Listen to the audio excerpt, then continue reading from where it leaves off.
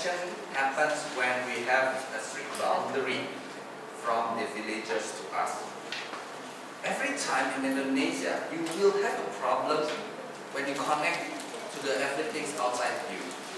The first thing that you cannot sure is that the government side. Wherever you see the development in Jakarta run by, I can say one of the development is actually try to have the opening pattern, urban pattern with all the surrounding area. All the land use change. From the residential land use change to the commercial. And after change the commercial, all the road is not in the capacity. And then you have all the traffic jam and so on. You can really maintain that kind of quality.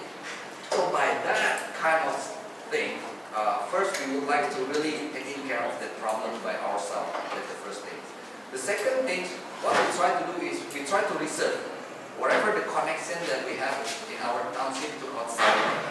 But wherever you open that reserve, you have to make sure yourself that the government will maintain that land use, that all the quality that you will have. At the end of the day, yes, somehow in Indonesia, in Jakarta, you will see that kind of big fence coming in and so on. But there's a thing that you are in the way of the uncertainty between the quality that you would have and what is the law enforcement. Just say like this. Let's say in Europe. In Europe, the government will imply with the green zone and also the buffer between the people housing with the high-end housing. That's already planned in the master plan and so on. We don't have that kind of very strong blueprint in our green belt. Not only green belt, but sometimes they have a buffer of the middle class housing that really have, because if you just put it in the same space, in the same very small distance, it will distract somehow. But the blueprint is not there. The blueprint is not there. So why don't we take part in developing for low income housing? The part that we do in the somehow we have 136 policy in government. If you build one high-end, high-quality premium housing, you need to provide 3. Middle class, you have to provide 6. Low class. We did that. Low cost housing. We did that. Even we did that, it's not yet in the capacity when we serve all the villagers. Even we did that. What do you do for local housing? The local housing in our township still very much horizontal. So actually what we did is actually we separate the zone. We have the high-end zone, we have the middle class zone, we have the low class housing.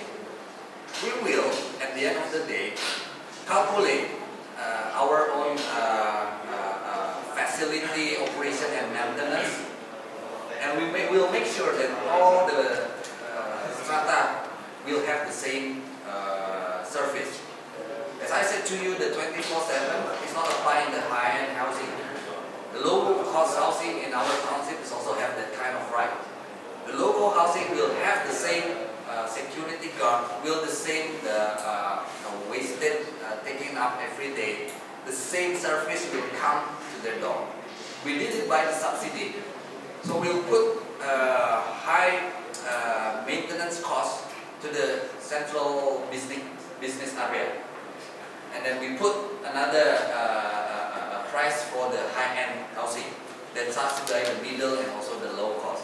All of them have to become with the quite a big numbers of the financing, auditing and so on. So at the end of the day, you have that kind of balance. Your 1:3:6 ratio, when you say 6 meaning totally built up to wall, roof, services. 6 households. Yeah. Yeah. 6 households. Not apartments. Or no apartments. 6 households. 6 households. So what exactly are you doing to the low cost? It will be the same cluster, but inside will be the same economic level of the house, something like that. But this 1:3:6 is not based on cost ratio. Is it based on cost ratio or unit ratio? Unit ratio. Unit ratio. That means for every one luxurious bungalow, you will provide 6 low-cost housing, right? Yeah. But if you translate that into cost factors, let's say cost, dollars and cents. Say you do site services, that means no building. We only give you the infrastructure of the roof, some columns, but and also services. You know, just sewer lines, piping water, but no windows. You can do your own window or something. That was they will procure their own for the low cost. Maybe you can build maybe 1, 3, 12, 1, 3, 18. Yeah. You distribute the cost. Yeah. And then, you know, I think maybe that's one way of solving your problem of say sewerage, especially sewerage. Sewerage is a big problem. Right. And you can take that cost and put it into cheaper. Yeah. You mean by the increasing of the ratio? No, just not apartment unit ratio. Right. Based on cost. Right. And then give the bare minimum to the low cost, and then allow them to do it for themselves, you know. But provide basic so-called services. Yeah. Then they can do a lot of self-help. Yeah. And you control certain, you know, you have some control. Yeah. Actually, I would say that the best model is actually the Singapore. If you really would like to have that kind of low-cost housing, you need the HDB apartment. But HDB is very top-down, very top-down. I know. And the state control is in the end, you have to control everything. You have to put your fingers into every hole that you make. Yeah. You know, and then suddenly, you know, if one more extra hole leaks, you got only 10 fingers, you cannot do the other one. Yeah. That's a problem. Many of that kind of 136 problem is the land. Actually, we cannot do any more than scrolling the ground land and so on. Like the ratio you put in 1:3:12, you actually double the land on that kind of things. And right now, we already see that in our boundary, actually, that kind of the land value that raising up annually, just at the end of the day, not really after 18 years of development. That's the land value, not really for the low-class housing lot. So they already going up to the more level. At the end of the day, we just leave out that. So many things that we have to think about for the Indonesian residential problem. But I also did some quick calculation. Yeah. If you take normal kampung, right? You take normal kampung, and then you take a planned kampung. Planned kampung means you design and plan a kampung. The footprint is in terms of open / built up. Is in fact lower. That means you have a higher open space in traditional kampung compared to the planned one. The planned one normally has less open space. Right. So in fact you get a more efficient use of land. With planned kampung. You design your kampung, you will get more efficient because the way traditional kampung works, right? There are a lot more open spaces, in-between houses, communal spaces, circulation nodes. Whereas if you plan it very efficiently, you have less open space. And therefore you have a more efficient use of land. So given the same number of families in the kampung, you could actually make the kampung smaller actually, not larger. So the sprawl that you are thinking about would be better. Because you compact it, you see, you compact it more than you. So you don't even need to go high rise. If there's no population increase, if there's no immigration, No urbanization again. then with the same number of kampungs and the people in there, theoretically, you could actually compact your kampung into a smaller area. More efficient use of land. Right. So in fact, that would be the direction to go, I would say. And then don't spend too much in the big infrastructure and build the walls for them. But keep it open, let them do self-help, and then you spend less on capital, except do the infrastructure. I love the kampung. I love the kampung. It's just the organic way. It's just a natural way how the community develops actually. Not involving the urban planner, really like drawing like gods and then hey, this is the road, this is the thing, and then the kampung is just beauty. You know, all the social interaction in this kampung is really amazing. Yeah, but there are lots of problems like sanitation, pipe water. Sanitation, pipe water. I mean, it's a matter of the standard infrastructures that the government right now is available or not to do with that. We will reach that portion when we grow in the economic and so on. I think that many of the kampung will be revised, even though in the long way of Jakarta, because right now the policy after reformation is all the money not going to the central of government. It's already goes to the municipal and township, so they have money. But it really depends on how wealthy they are.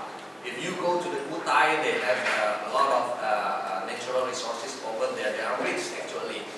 So whatever they do, they can revise the kampung and so on. Because the thing of the urbanization is education. The thing of urbanization is the investment that heavily happens in the big cities. But even you spread the education and then you spread the investment, go more to the surrounding area, then you can reduce a lot in the urbanization side. And that should be happens actually. So we have to come to the idea of the more educations go out in Jakarta. More investment coming up. It's already happened actually. In the east of Indonesia, you can see that right now many of the investment coming in. Foreign investment, national investment going to the east of Indonesia. Right now, east is actually the jewel, the central of Indonesia going to the east. East Java. East Indonesia. You go further from the Makassar Eastern. You have Manado, you have Irian. So the Sulawesi and below, yeah, further there. It's already happened because they are rich actually over there. Yeah. We are nothing here in Java. So whatever we do that you would like to have that kind of retaining the kampung and so on, like right now Irian Jaya is about 400,000 kilometers square. It's only lived by 2.5 million of people and very rich.